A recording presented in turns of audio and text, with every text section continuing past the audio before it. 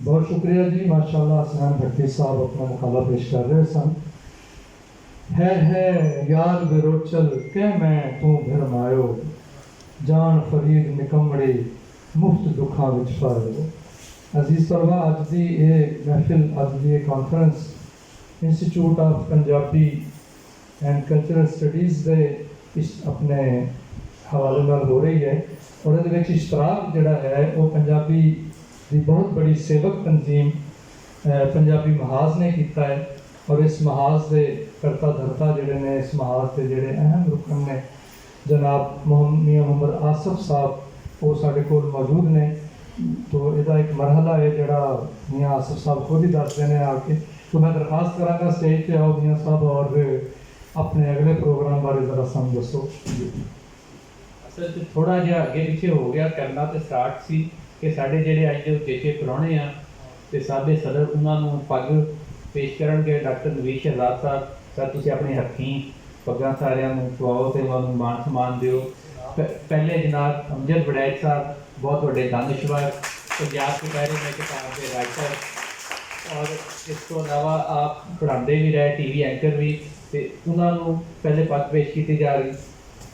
फिर जनाब ज़ाहिर भट्टी साहब, chairman Punjabi social movement, Punjabi के बहुत बड़े साढ़े एक्टिविस्ट और बड़े पुराने, और आपकी किताब आ हरफे ज़ाहिर पंजाबी के बारे, पंजाब के बारे कॉलमां का मजमूआ जी। जनाब मून चौहान साहब, ये समाजी ते सियासी रहनुमा ते दानिश्वर और नाल ये साजर रहनुमा भी है। ये चलो दूसरी बात है, हाँ उन्होंने ना बात वड्डी बात है।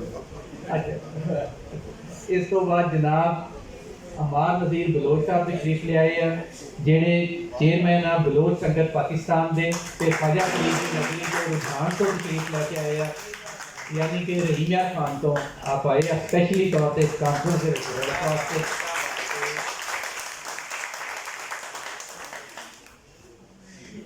मैडम मुजाला निज़ामुद्दीन साहबा साड़ियाँ बड़िया पुरानिया साथी, तो निज़ामुद्दीन साहब बहुत वड्डी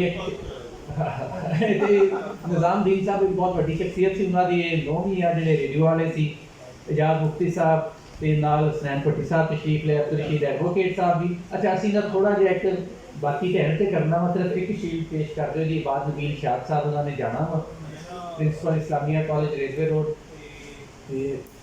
अपना वो अपना खींचा उन्होंने वो बाद नबील शाद साहब वाली हाँ जी, प्रोफेसर बाद नबील शाद साहब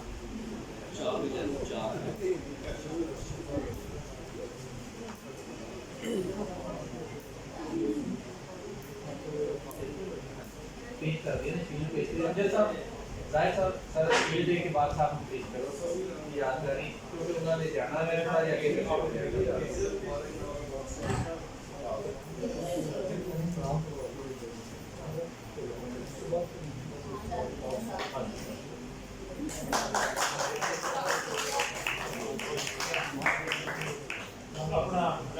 सॉरी जिहड़ा ना जी कॉलेज से मीटिंग सी, मैं कदे वैसे छड़ के नहीं जाता, हमेशा आदत है। बहुत